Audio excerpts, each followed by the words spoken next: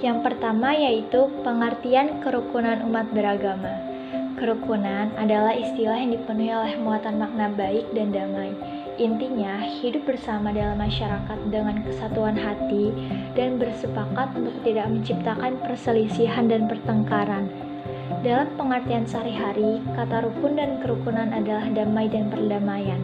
Kerukunan antar umat beragama adalah cara atau sarana untuk mempertemukan, mengatur hubungan antara orang yang tidak seagama atau antar golongan umat beragama dalam kehidupan sosial kemasyarakatan.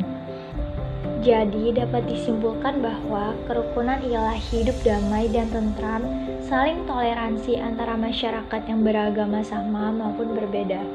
Kesediaan mereka untuk menerima adanya perbedaan keyakinan dengan orang atau kelompok lain, membiarkan orang lain untuk mengamalkan ajaran yang diyakini oleh masing-masing masyarakat, dan kemampuan untuk menerimanya perbedaan.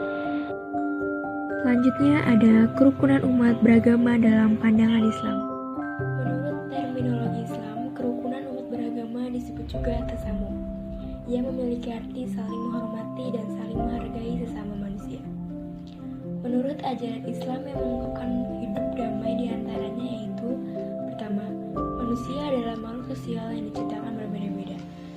Maksudnya adalah adanya perbedaan dan keragaman dalam masyarakat tersebut. Hal ini sesuai dengan firman Allah Subhanahu wa Ta'ala dalam surat Al-Hujurat ayat 13. Ayat tersebut mengungkapkan bahwa Allah menciptakan manusia dari seorang laki-laki dan perempuan. Tidak hanya itu, adanya keberagaman bangsa, suku, ataupun adat istiadat. Hal tersebut agar kita saling mengenal satu sama lain. Berdasarkan hal ini pula, maka toleransi menjadi satu ajaran penting agar terhindar dari perselisihan. Yang kedua, perbedaan keyakinan tidak bisa dipungkiri. Islam mewajibkan para pemeluknya membangun batas yang tegas dalam hal akidah dan kepercayaan, sambil tetap menjaga prinsip penghargaan atas keberadaan para pemeluk agama lain dan menjaga hak-hak mereka sebagai pribadi dan anggota masyarakat. Pembatasan yang tegas dalam hal akidah atau kepercayaan ini merupakan upaya Islam untuk menjaga para pemeluknya agar tidak terjebak pada sinkretisme. Allah Subhanahu wa Ta'ala berfirman, "Katakanlah, hai orang-orang kafir, aku tidak akan menyembah apa yang kamu sembah, dan kamu bukan penyembah Tuhan yang aku sembah, dan aku tidak pernah menjadi penyembah apa yang kamu sembah, dan kamu tidak pernah pula menjadi penyembah Tuhan yang aku sembah. Untukmu agamamu, dan untukkulah agamaku."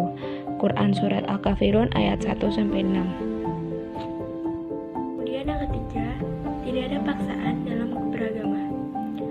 Maksudnya adalah Al-Quran dan Sunnah menegaskan bahwa keberagaman harus didasarkan pada kepatuhan dan tulus kepada Allah, yang dijelaskan dalam surat Al-Ankabut ayat 18 dan Al-Baqarah ayat 256.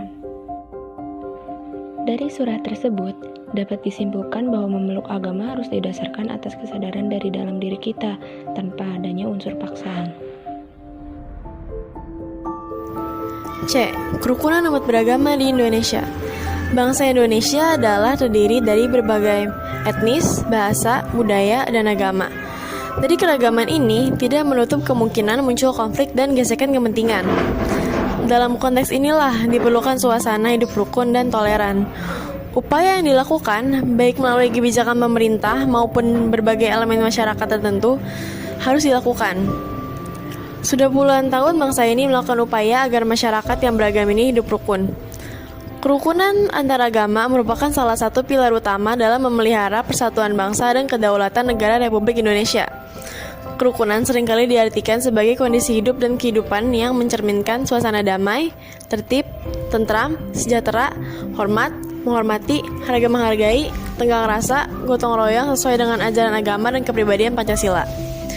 Tujuan penyelenggaraan kerukunan umat beragama untuk menjamin terpenuhnya hak umat beragama agar dapat berkembang, berinteraksi, dan berpartisipasi secara optimal sesuai dengan harkat dan martabat kemanusiaan, serta mendapat perlindungan dari kekerasan dan diskriminasi demi terwujudnya kerukunan umat beragama yang berkualitas dan berakhlak mulia. Maka, dalam mewujudkan kerukunan umat beragama di Indonesia ini, perlu adanya kesadaran bahwa keyakinan agama tidak dapat dipaksakan. Ini berarti bahwa dirukunkan itu bukan berarti keyakinan agama, tapi kebersamaan sebagai bangsa. Dialog dikembangkan antara sesama agama dan antar agama.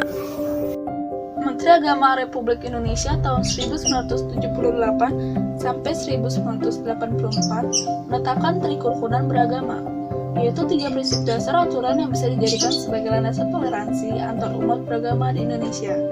3 prinsip dasar yang dimaksud tersebut adalah sebagai berikut. Pertama, kerukunan inter umat beragama, yaitu pertentangan di antara pemuka agama yang bersifat pribadi dengan mengakibatkan perpecahan di antara pengikutnya. Dan persoalan inter umat beragama dapat diselesaikan dengan semangat kekerukunan dan kekeluargaan. Kedua, kerukunan umat beragama, yaitu kerukunan di antara umat agama yang berbeda-beda, seperti kerukunan di antara para pemeluk agama-agama yang berbeda-beda, yaitu di antara pemeluk Islam dengan pemeluk Kristen, Katolik, Hindu, dan Buddha.